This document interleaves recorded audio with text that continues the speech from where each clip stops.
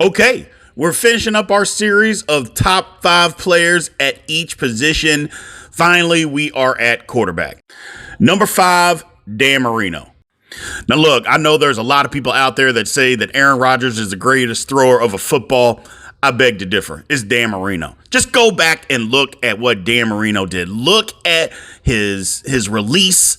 You know, how quick he got the ball out of his hand, how fast that ball got to receivers. I mean, Dan Marino is the greatest thrower of a football. If he played right now, Dan Marino would throw for 6,500 yards easily.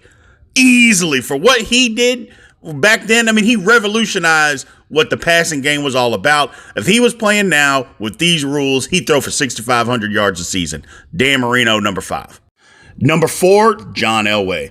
Look, man, John Elway was that guy. I mean, he went to 5 Super Bowls. He won 2. And I know a lot of people say, oh, well, he couldn't win without Terrell Owens. Well, there's a lot of quarterbacks that can't win without other people. I mean, name me a good receiver that he had on those first 3 Super Bowls that he went to. He didn't have anybody. When you put a team around him, and this was at the end of his career, might I add, he still got the job done. Not to mention the man threw for 330 yards in his last game when they said, we're going to take away the run. We're going to make you beat us. He beat you. John Elway, number 4. Number 3, Peyton Manning.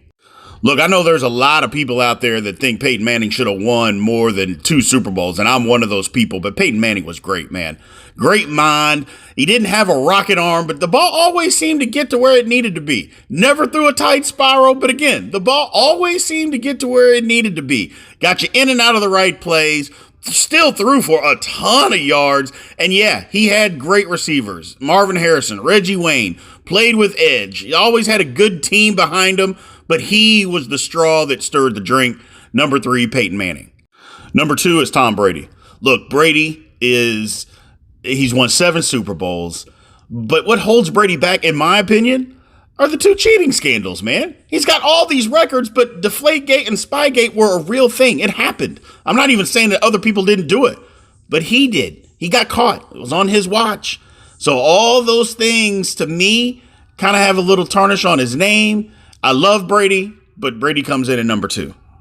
And number 1, to me, is Joe Montana.